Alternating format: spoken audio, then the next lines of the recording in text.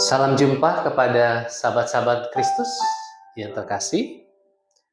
Hari ini pada Minggu Trinitas yang ke-22 di 2024, kita kembali mengadakan ibadah raya GPI Jakarta. Marilah kita meneduhkan diri kita di hadapan Allah kita yang hidup.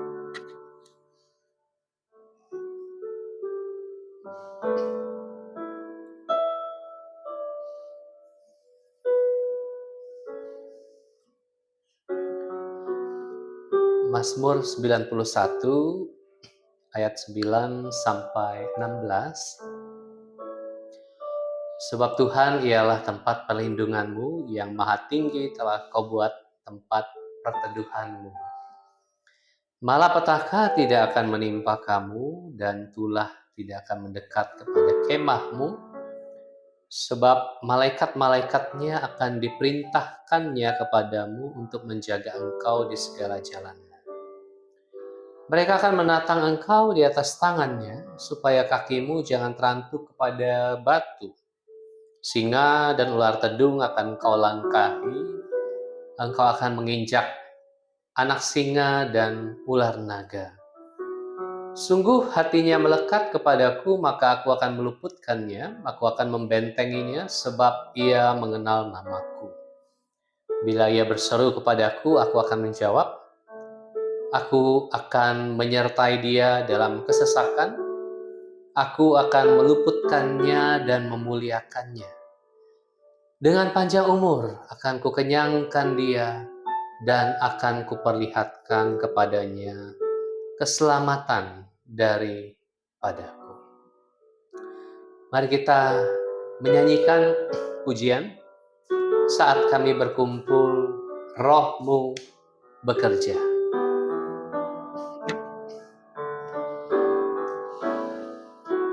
Saat kami berkumpul, Roh-Mu bekerja. Ajar kami memuliakan nama-Mu.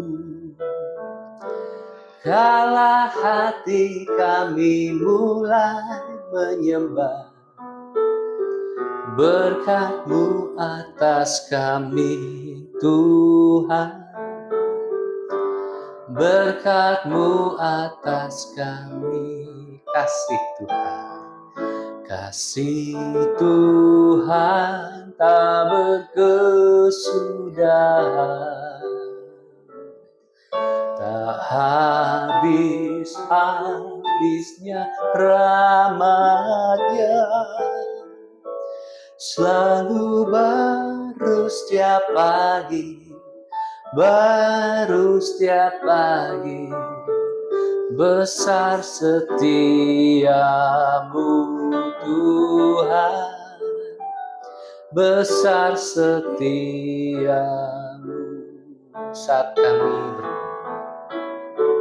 Saat kami berkumpul, Roh-Mu bekerja. Ajar kami memuliakan nama-Mu. Kala hati kami mulai menyembah, berkat-Mu atas kami, Tuhan. Berkat-Mu atas kami, kasih Tuhan tak berkesudahan, tak habis-habisnya rahmat-Nya, selalu baru setiap pagi, baru setiap pagi. Besar setiamu Tuhan, besar setiamu. Kasih Tuhan tak berkesudahan, kasih Tuhan tak berkesudahan, tak habis-habisnya rahmat-Nya, selalu baru setiap pagi, baru setiap pagi. Besar setiamu Tuhan, selalu baru setiap pagi, baru setiap pagi. Besar setiamu Tuhan, besar setiamu.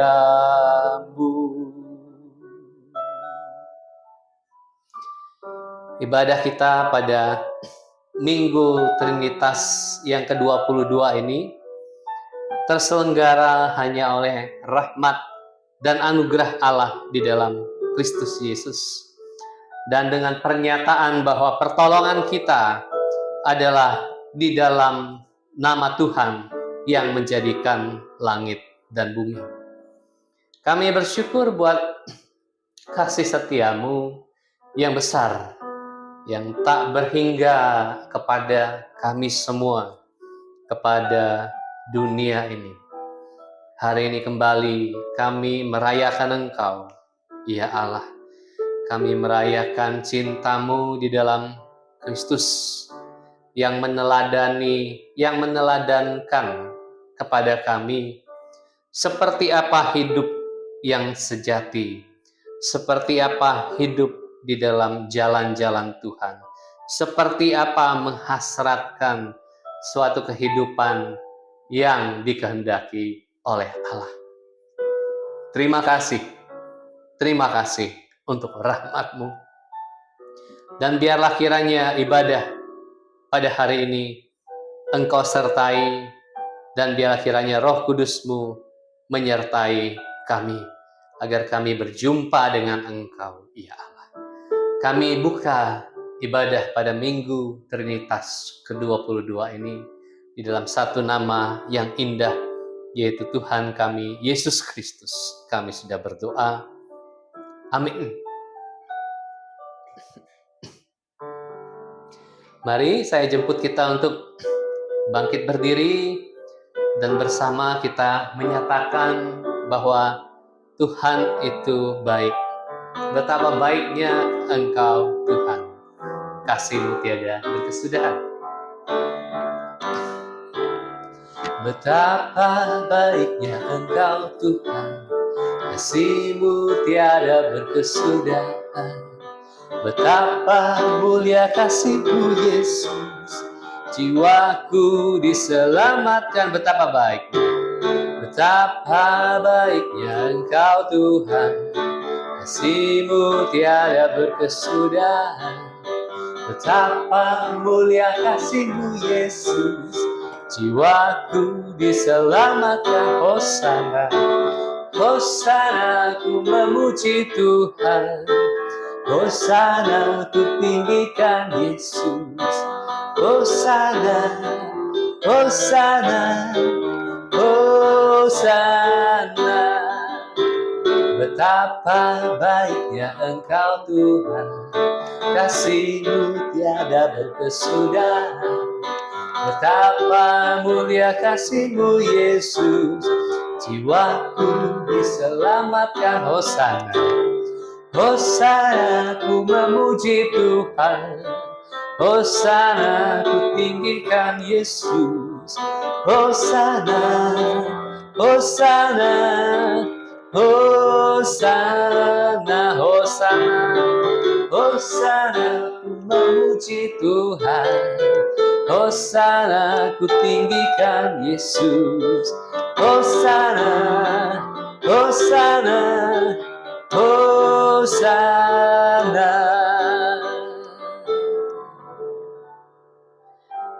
Dia Allah kita yang baik, yang kepadanya kita bisa bersandar dan percaya. Marilah di hadapan Allah kita yang penuh rahmat dan anugerah, kita datang dan mengakui dosa dan kesalahan kita.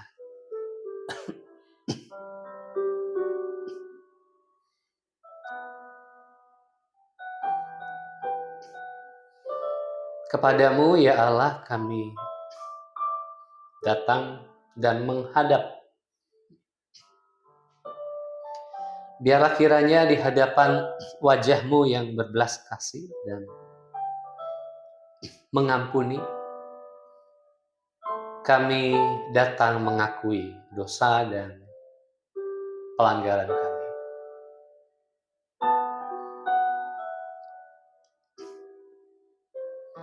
Kata-kata kami, tindakan kami, atau bahkan hasrat hati dan motivasi kami yang tidak seorang pun tahu, bahkan kadang-kadang kami tidak menyadarinya. Hasrat-hasrat yang mungkin tidak berkenan kepadamu, hasrat yang barangkali sedemikian terpusatkan kepada diri kami sendiri. Ampunilah kami, karena Engkaulah yang Maha mengetahui. Di hadapan terang-Mu yang adalah segala terang itu, tidak ada yang tersembunyi di kegelapan dan kedalaman hati kami. Kiranya oleh rahmat-Mu, oleh anugerah-Mu, kami diangkat, kami dipulihkan, dan kami diampuni. Terima kasih ya Allah. Demi Kristus kami berdoa. Amin.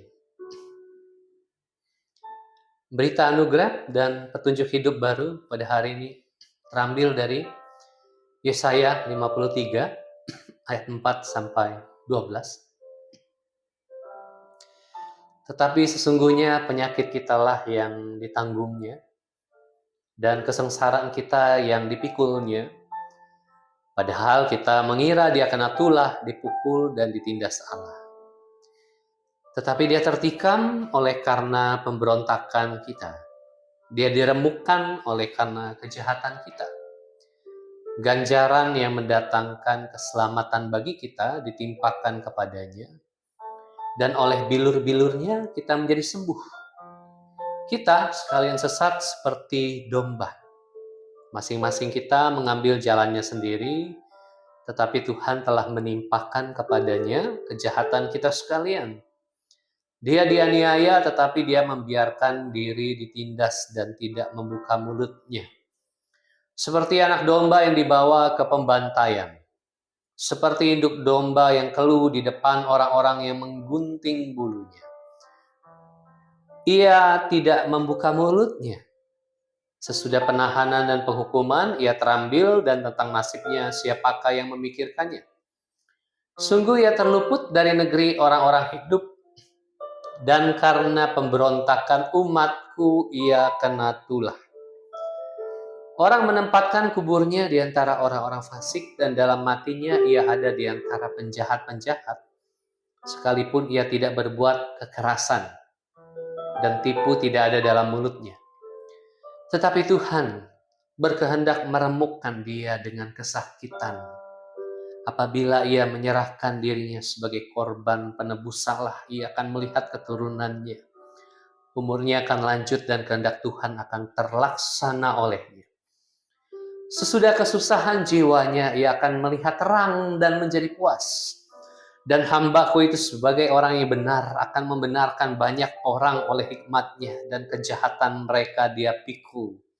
Sebab itu akan membagikan kepadanya orang-orang besar sebagai rampasan, dan ia akan memperoleh orang-orang kuat sebagai jarahan, yaitu sebagai ganti karena ia telah menyerahkan nyawanya ke dalam maut, dan karena ia terhitung di antara pemberontak-pemberontak, sekalipun ia menanggung dosa banyak orang dan berdoa untuk pemberontak-pemberontak. Ibrani pasal 5 ayat 1 sampai 10. Sebab setiap imam besar yang dipilih dari antara manusia ditetapkan bagi manusia dalam hubungan mereka dengan Allah, supaya ia mempersembahkan persembahan dan korban karena dosa. Ia harus dapat mengerti orang-orang yang jahil dan orang-orang yang sesat, karena ia sendiri penuh dengan kelemahan, yang mengharuskannya untuk mempersembahkan korban karena dosa bukan saja bagi umat, tetapi juga bagi dirinya sendiri. Dan tidak seorang pun yang mengambil kehormatan itu bagi dirinya sendiri, tetapi dipanggil untuk itu oleh Allah, seperti yang telah terjadi dengan Harun. Demikian pula Kristus tidak memuliakan dirinya sendiri dengan menjadi imam besar, tetapi dimuliakan oleh Dia yang berfirman kepadanya, "Anakku, engkau telah kuperanakkan pada hari ini," sebagaimana firman-Nya dalam suatu nas lain. "Engkau adalah imam untuk selama-lamanya menurut peraturan Melkisedek." Dalam hidupnya sebagai manusia, ia telah mempersembahkan doa dan permohonan dengan ratap tangis dan keluhan kepada Dia yang sanggup menyelamatkannya dari maut.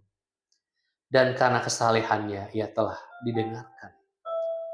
Dan sekalipun ia adalah anak, ia telah belajar menjadi taat dari apa yang telah dideritanya. Dan sesudah ia mencapai kesempurnaannya, ia menjadi pokok keselamatan yang abadi bagi semua orang yang taat kepadanya.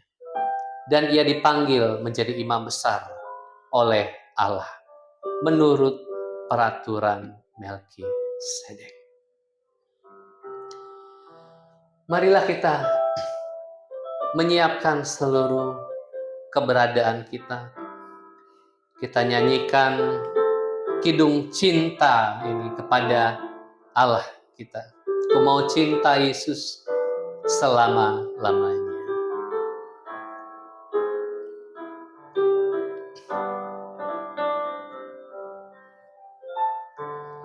Ku mau cinta Yesus selamanya. Ku mau cinta Yesus selamanya.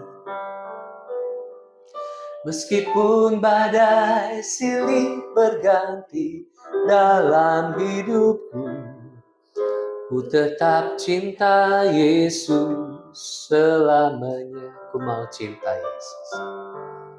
Ku mau cinta Yesus selamanya.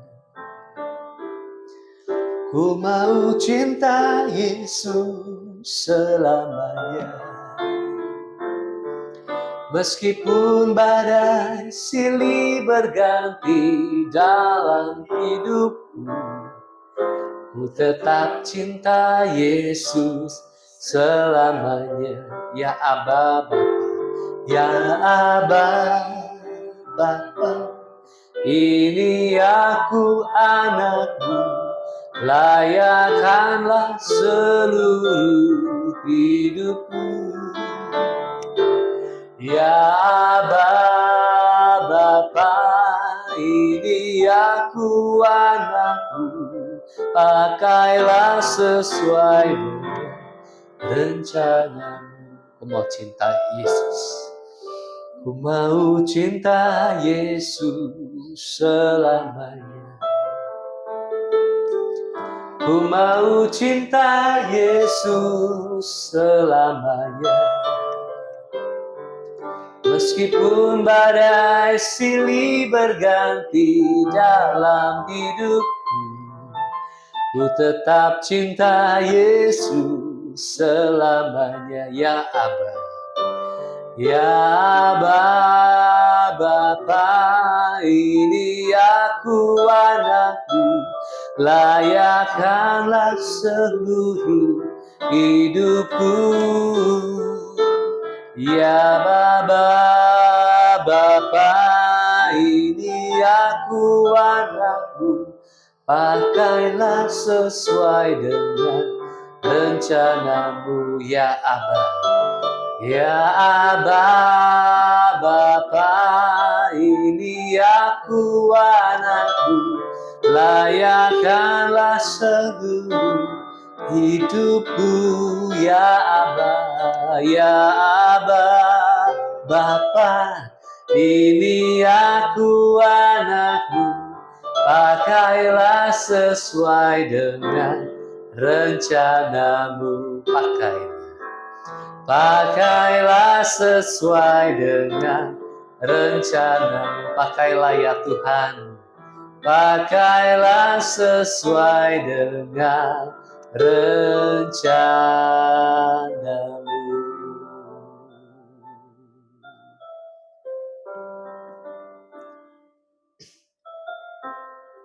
Kiranya kami anak-anak-Mu dituntun oleh Engkau.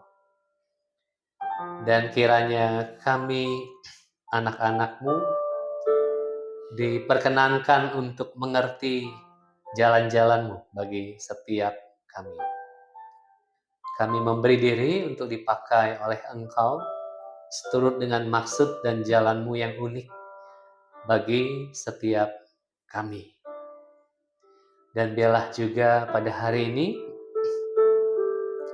kiranya Allah kami yang kami cintai itu berkenan untuk berbicara dan bersabda kepada kami. Sehingga kami mengerti maksud, rencana, dan jalan-jalan cinta-Mu bagi setiap kami. Pakailah hamba-Mu yang sangat terbatas. Sertailah dia menyampaikan kehendak Allah, pesan Allah bagi kami semua. Kami menyambut firman-Mu dengan ucapan syukur di dalam nama Tuhan Yesus Kristus. Amin. Hari ini kita diantarkan kepada bacaan Injil dari Markus pasal yang ke-10 ayat 35 sampai 45. Markus 10 ayat 35 sampai 45.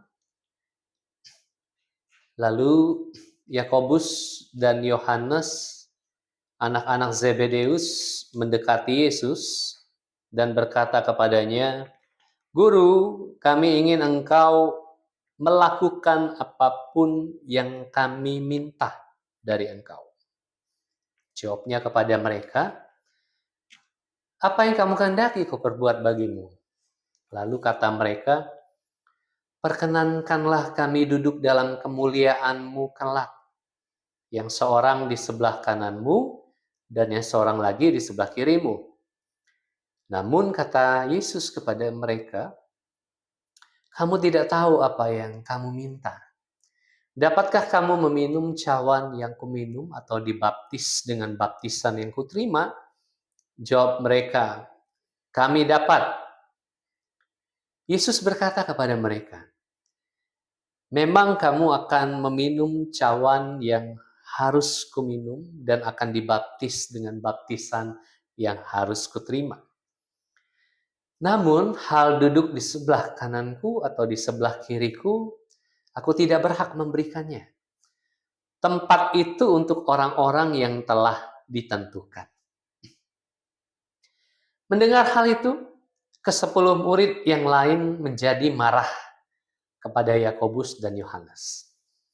Lalu Yesus memanggil mereka dan berkata, "Kamu tahu bahwa mereka yang dianggap sebagai pemerintah bangsa-bangsa bertindak sebagai tuan atas rakyatnya, dan para pembesarnya bertindak sewenang-wenang atas mereka. Tidaklah demikian di antara kamu. Siapa saja yang ingin menjadi besar di antara kamu, hendaklah ia menjadi pelayanmu. Siapa saja yang ingin menjadi pertama di antara kamu, hendaklah ia menjadi hamba untuk semuanya.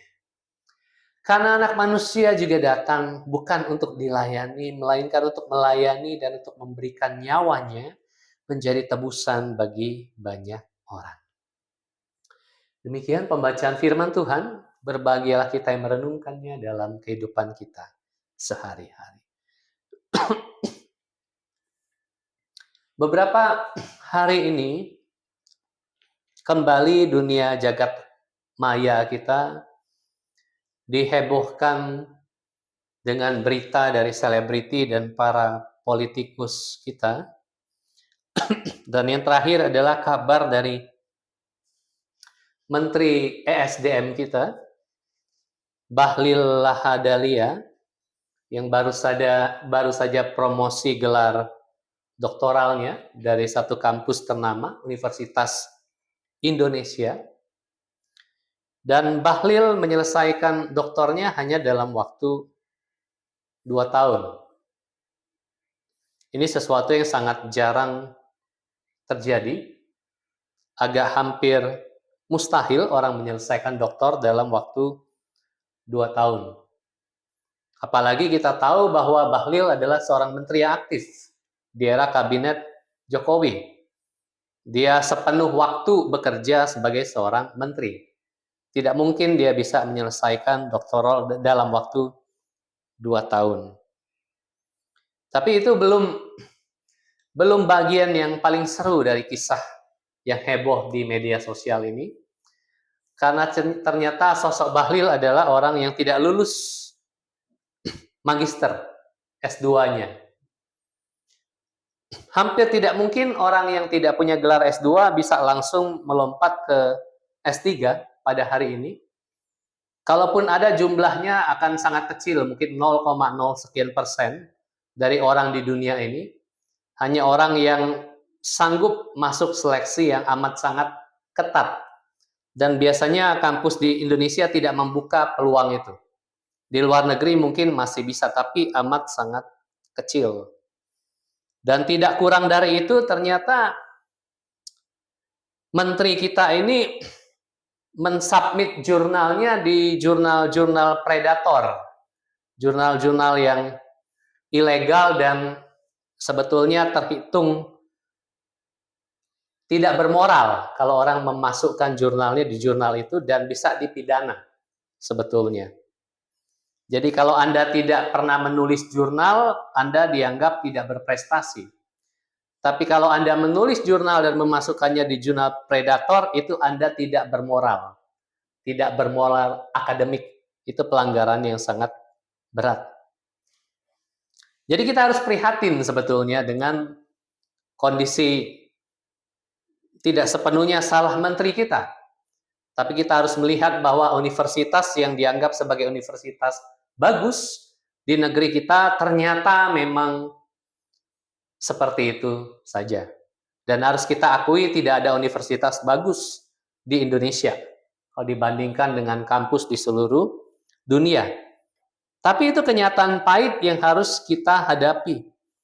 Bahwa entah kenapa pejabat publik kita belakangan sangat gemar dengan gelar doktor. Kita tidak tahu apa motivasi di balik itu. Bahkan ada selebriti yang tiba-tiba doktor honoris causa, dan ternyata kampusnya adalah kampus bodong, ya. Jadi itu kita perlu prihatin. Bayangkan kalau kampus yang sekelas UI bisa melakukan itu, apa kabarnya dengan kampus-kampus yang lain yang ada di negeri kita ini? Ada nepotisme di sana antara pejabat dan pihak universitas, sehingga bisa menggolkan gelar bagi menteri ESDM kita dalam waktu 2 tahun, dan dengan pelanggaran-pelanggaran akademik yang sebetulnya sangat berat, bisa ditindak pidana. Nepotisme sepertinya memang sangat marak pada dunia real kenyataan kita sehari-hari, dunia politik kita, dan itu hanya gambaran kecil saja. Dan ternyata dari teks yang kita baca, kita juga bisa menemukan bahwa semangat dari nepotisme ini sudah sangat purba. Bahkan para murid Yesus pun melakukannya, ya.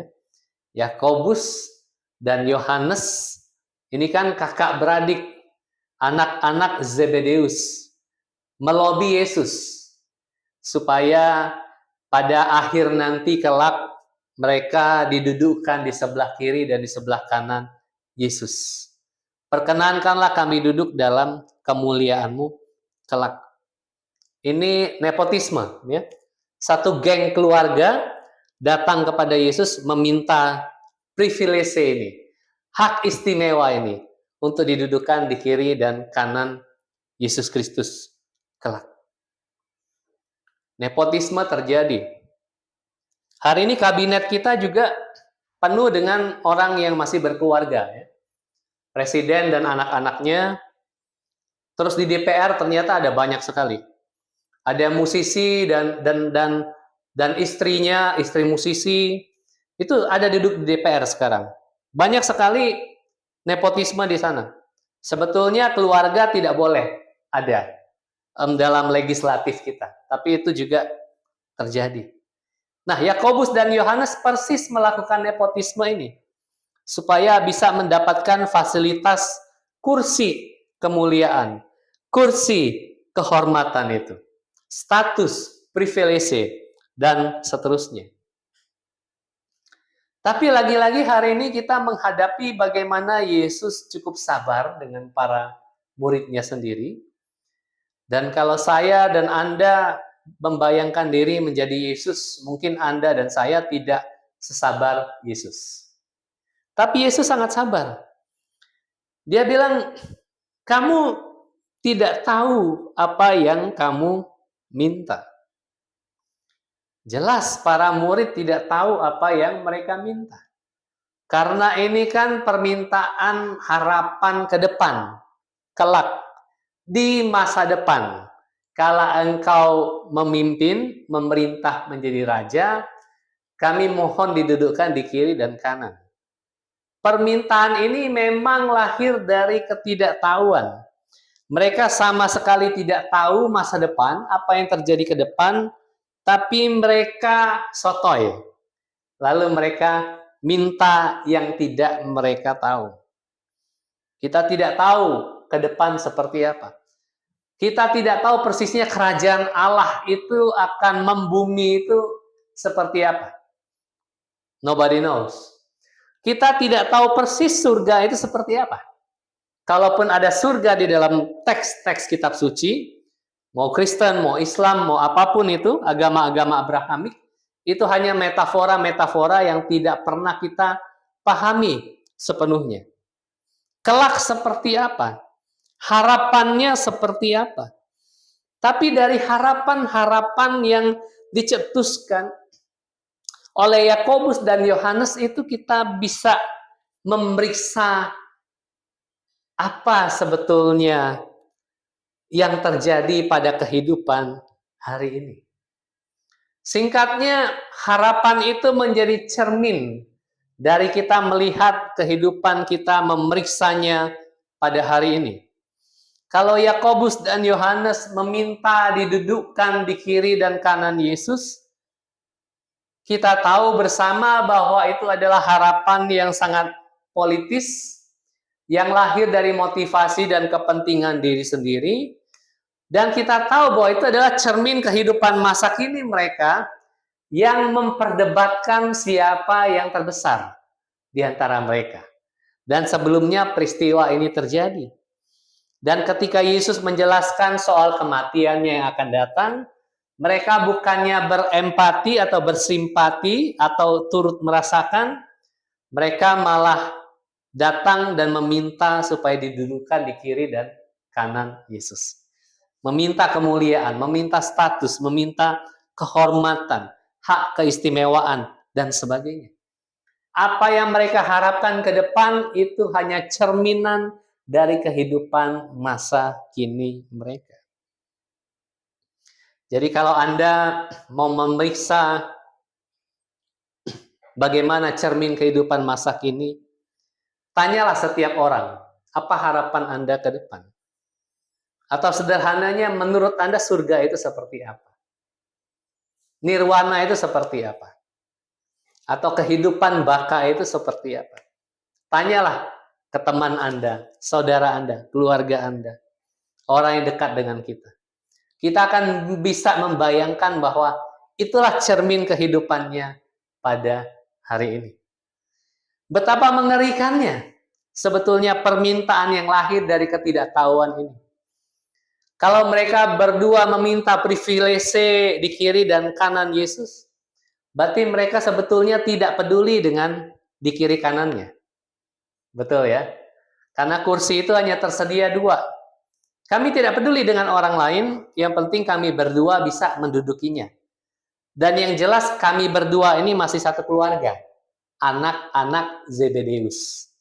Ya, Yakobus dan Yohanes binti Zebedeus. Ini sudah jelas. Kalau demikian kerajaan Allah itu menjadi perkara yang sangat mengerikan. Kalau orang meminta kursi di sana. Karena akan selalu ada orang lain yang tidak akan mendapatkan kursi. Dan itu adalah surga, apapun itu, harapan apapun itu. Kerajaan Allah yang seperti apapun, itu adalah kerajaan Allah yang tidak layak untuk dimasuki. Silakan saja Yakobus dan Yohanes masuk ke dalamnya. Itu adalah kerajaan Allah yang sangat sempit dan sangat tertutup. Lalu Yesus menjawab, dapatkah kamu meminum cawan yang kuminum atau dibaptis dengan baptisan yang kuterima? Dapatkah kamu meminum cawan yang kuminum? Lalu mereka menjawab dengan sangat percaya diri, oh ya, kami dapat. Kami mampu. Kami bisa melewati itu. Kami mampu kok melewati jalan penderitaan. Karena cawan dan baptisan di situ berarti memang penderitaan yang harus dijalani oleh Yesus Kristus. Tapi mereka bilang, kami dapat. Kami bisa. Dan memang terbukti dalam sejarah bahwa semua murid Yesus kemudian mati dibunuh. Mati syahid. Kecuali Yohanes yang panjang umur. Itu pun lolos dari penggorengan. Ya, dengan luka bakar mungkin 90% sekian dan seterusnya. Kami dapat. Tapi Yesus tidak menolak jawaban PD mereka. Yesus bilang bahwa memang secara kenyataannya, secara real, memang kamu akan melewati itu. Kamu akan meminum cawan itu. Dan dibaptis dengan baptisan yang harus kuterima. Tapi sebetulnya pertanyaan, dapatkah kamu ini menyiratkan bagi saya dalam perenungan hari ini adalah 2 hal. Pertanyaan tentang dapatkah kamu itu bukan soal bahwa kamu bisa atau tidak bisa. Karena kalau kita berkata soal kapasitas, kapabilitas, bisa atau tidak bisa, bahwa kerajaan Allah itu bicara soal bahwa kamu bisa. Kalau kamu bisa, kamu masuk. Kalau kamu tidak bisa, kamu tidak masuk. Ini kembali hanya sia-sia usaha manusia. Tapi pertanyaan soal dapatkah kamu itu bukan soal mampu tidak mampunya seseorang itu masuk ke dalam kerajaan Allah, bukan di sana. Karena pada minggu lalu kita tahu bahwa orang kaya yang muda itu melakukan hampir sempurna Taurat Tuhan. Tapi Yesus bilang, ya satu saja kekuranganmu, jual segala milikmu.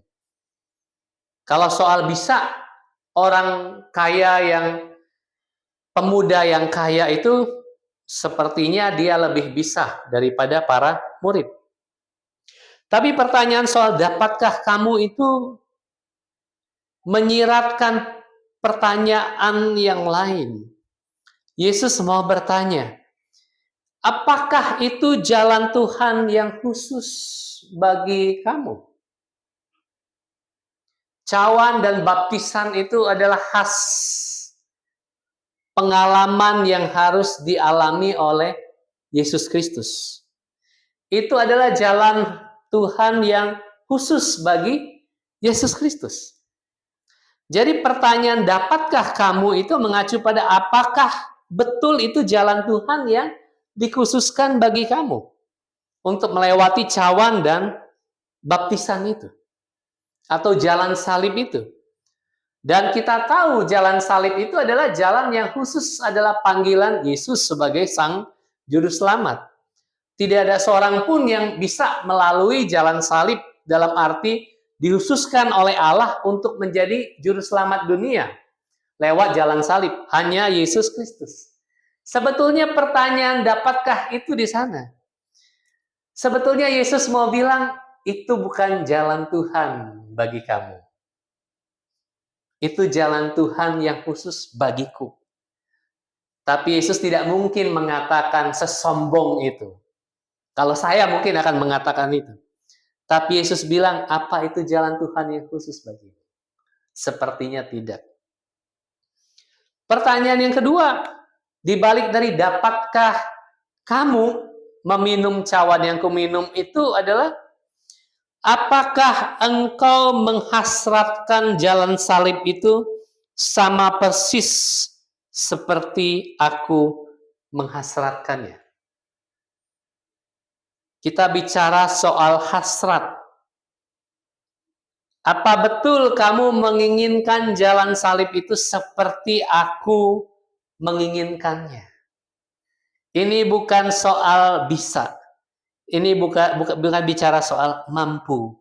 Ini bicara soal hasrat. Dan jelas para murid hasratnya bukan hasrat untuk menderita. Bukan hasrat untuk merengkuh dan menempuh jalan-jalan salib. Tidak. Hasrat para murid adalah hasrat untuk berkuasa.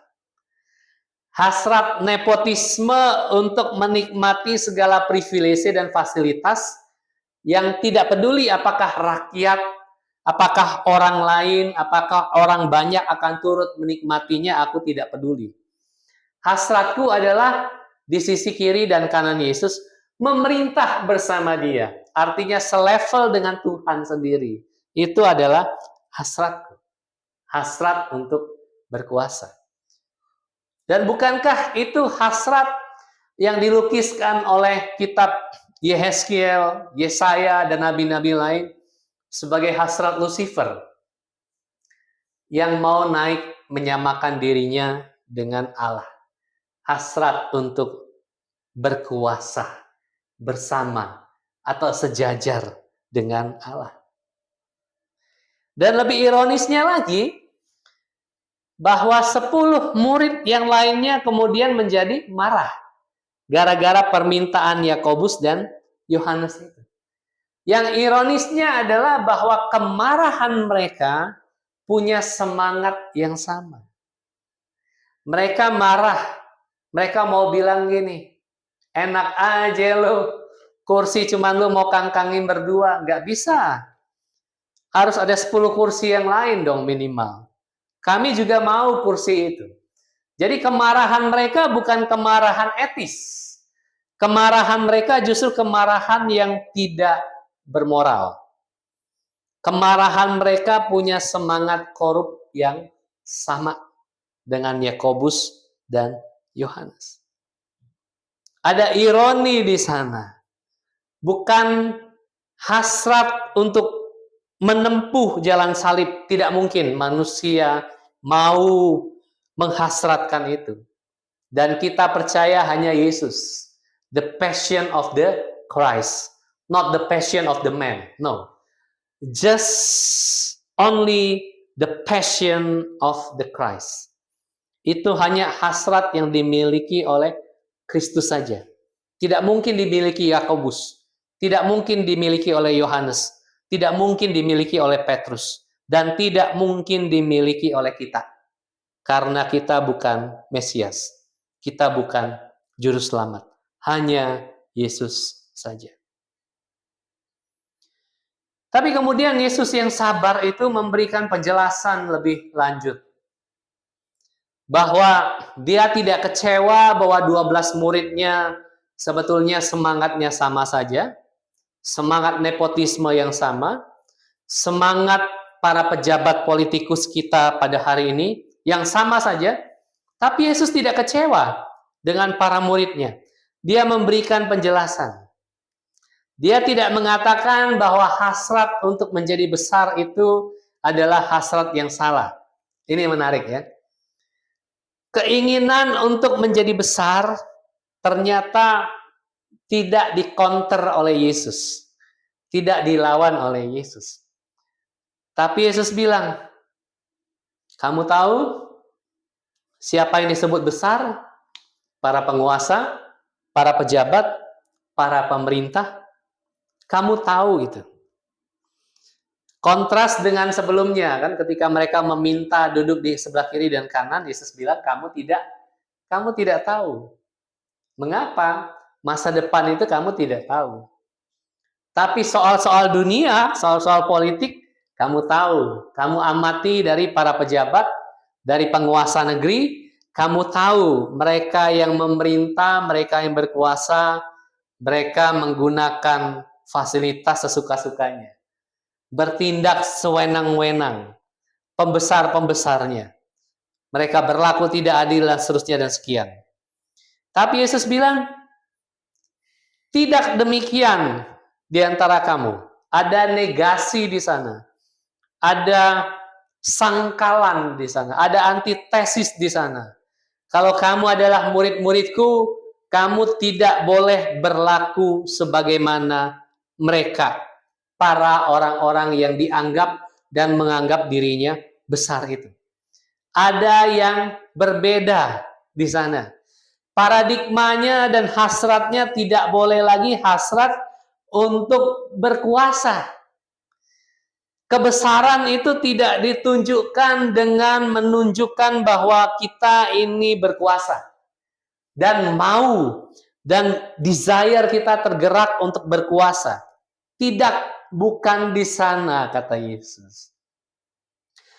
Hasratmu untuk menjadi mulia, untuk menjadi besar, itu tidak disangkali.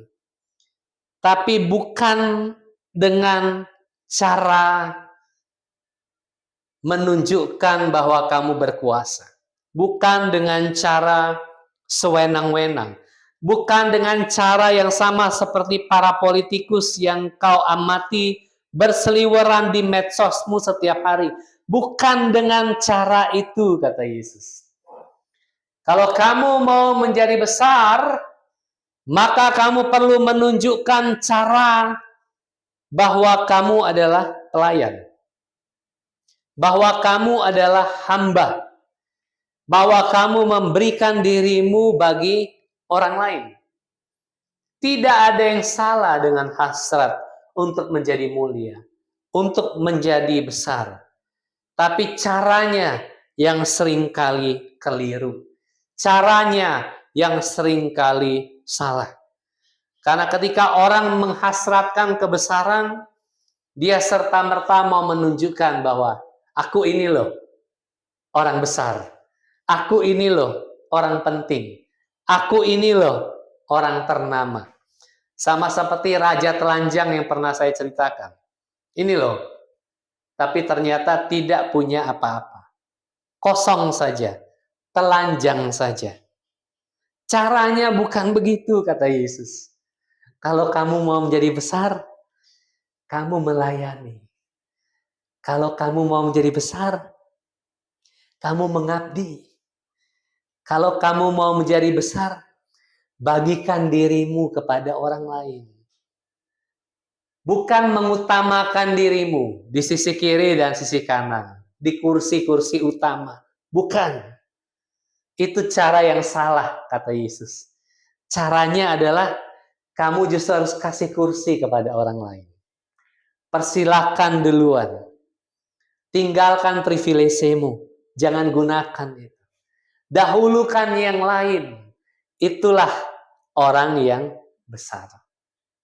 Jadi pada hari ini pertanyaan yang sama datang kepada kita. Apa yang kita hasratkan pada hari ini? Apa yang kita harapkan pada hari ini? Kursi-kursi bagi diri kita sendiri? Atau apa? Surga seperti apa yang kita imajinasikan? Surga yang hanya privilege sekelompok orang kita saja?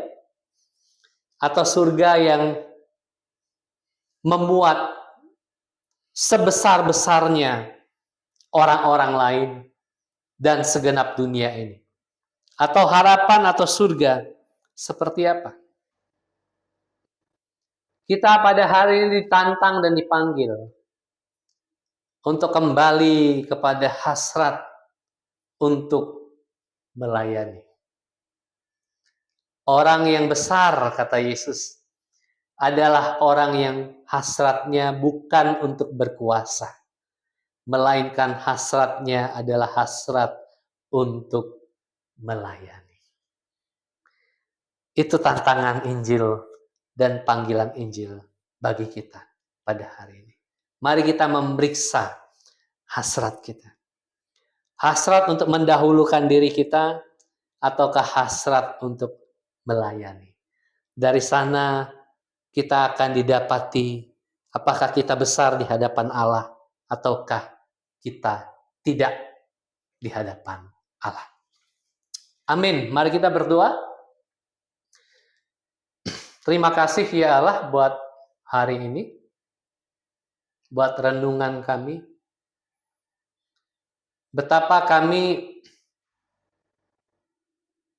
dipampangkan oleh hidup dan teladan dari Yesus Kristus yang menghasratkan jalan salib, yang menghasratkan untuk memberikan dirinya menjadi tebusan bagi banyak orang, yang menghasratkan dirinya untuk melayani. Dan demikianlah kami dapati bahwa Yesus Kristus adalah Tuhan. Dialah yang terbesar, yang sebelumnya dan setelahnya tidak akan pernah ada yang lebih besar. Karena Dia adalah Tuhan kami dan Juru Selamat kami. Dan demikianlah Kristus meneladankan kepada kami untuk menghasratkan diri melayani, menghasratkan diri mengabdi, menghasratkan diri untuk memberikan diri kami kepada orang lain, kepada dunia ini. Dan demikianlah Allah melihat kami sebagai orang yang besar. Kiranya kami sebagai murid-murid Kristus didapati mempunyai hasrat yang serupa dengan Kristus. Terima kasih ya Allah, demi Kristus Yesus Tuhan, kami berdoa. Amin.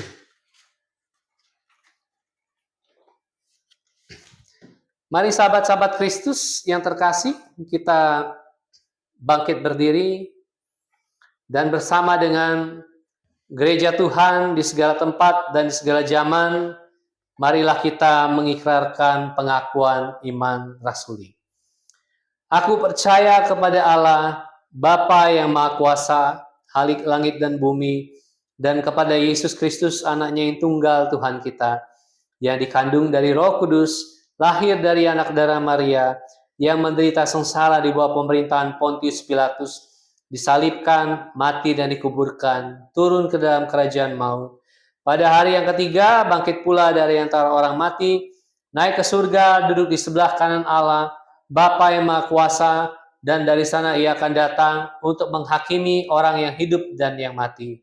Aku percaya kepada Roh Kudus, gereja yang kudus dan am, persekutuan orang kudus, pengampunan dosa, kebangkitan tubuh, dan hidup yang kekal. Amin.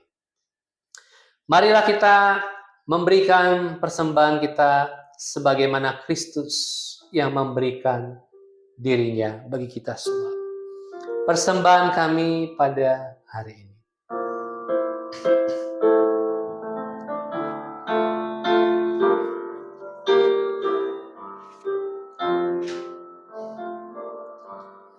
Persembahan kami pada hari ini, kiranya Tuhan terimalah dengan senang hati persembahan kami.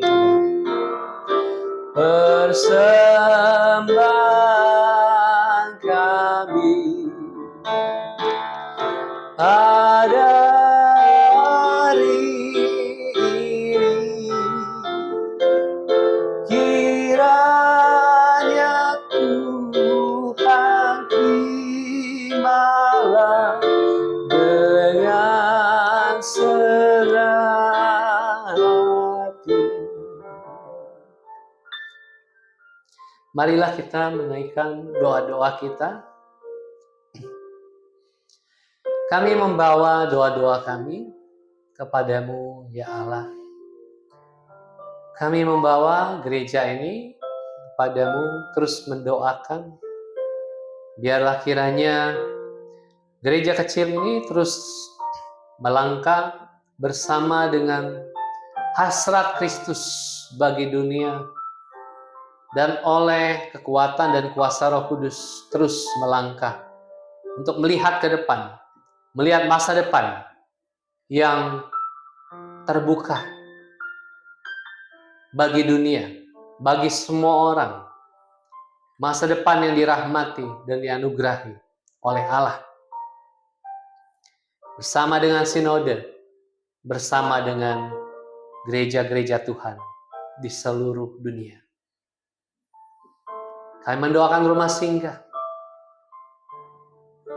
Pakailah ini menjadi sambutan rahmat Allah bagi mereka yang membutuhkan.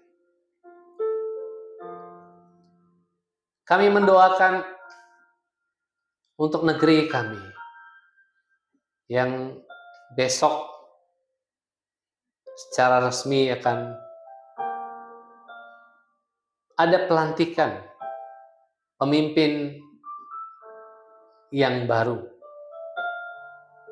Kami berdoa siapapun yang diizinkan untuk memimpin, biarlah kiranya Engkau berbelas kasih kepada nasib bangsa ini,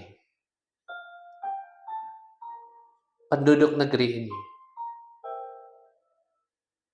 Dan biarlah kiranya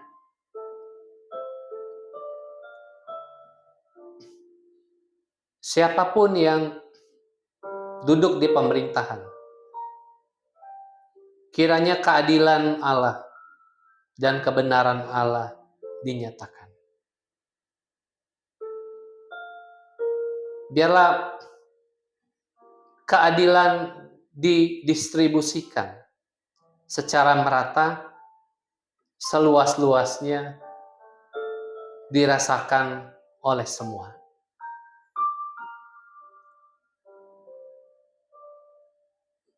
Kami berdoa, ya Allah, juga buat bumi kami juga yang semakin merana, semakin panas. Kami berdoa biarlah setiap negara tidak mementingkan politiknya sendiri, kepentingan-kepentingan politik sendiri, tapi mulai melihat bersama nasib dari bumi kami, nasib dari dunia ini. Kiranya Engkau berbelas kasih atas bumi ini yang semakin sengsara. Kami berdoa, ya Allah, juga untuk setiap kami yang pada hari ini menghadapi sakit. Kami mohon kiranya Engkau menyembuhkan. Kami juga yang menghadapi hati yang terluka barangkali, kiranya Engkau juga yang menyembuhkan. Kami yang menghadapi trauma-trauma yang sampai hari ini mungkin belum selesai dan terus merongrong, kiranya kami bertemu dengan pemulihan demi pemulihan.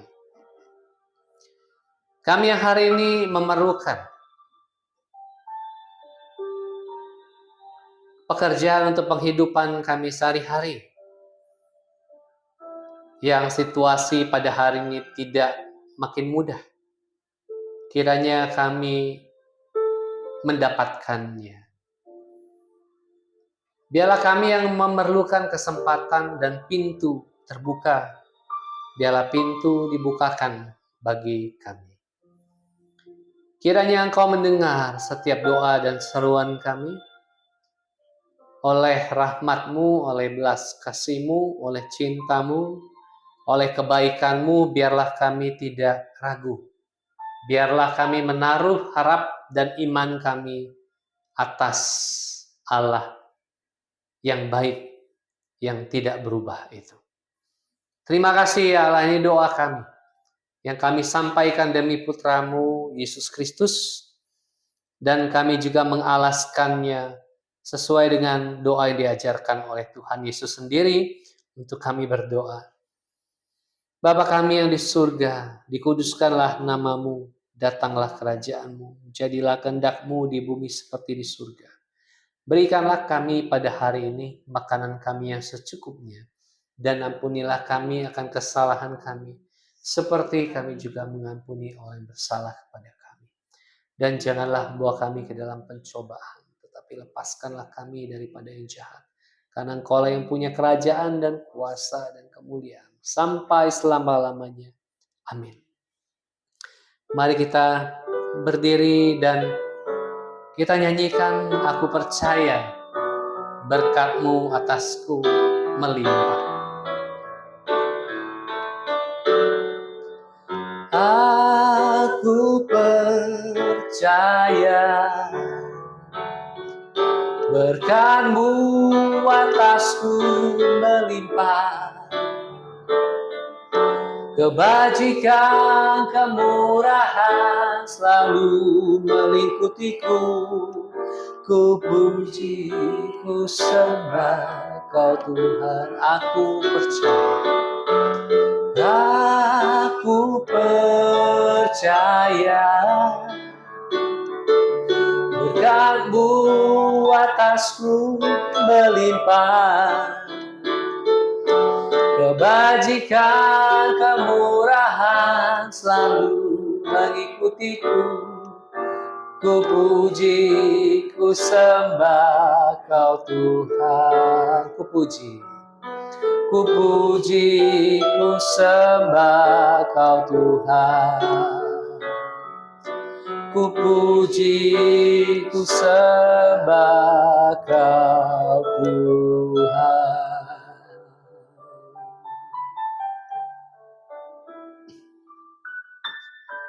Mari kembalilah ke dalam duniamu, ke tengah kehidupanmu.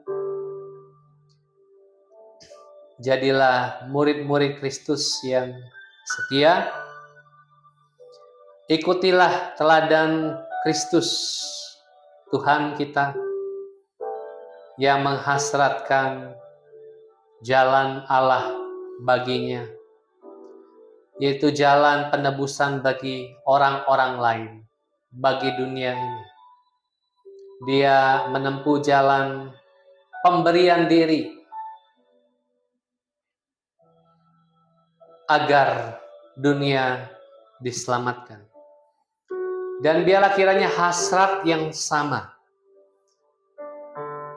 adalah yang kita hasrati untuk hidup melayani, untuk hidup bagi orang lain, untuk hidup bukan bagi diri sendiri, melainkan bagi dunia ini.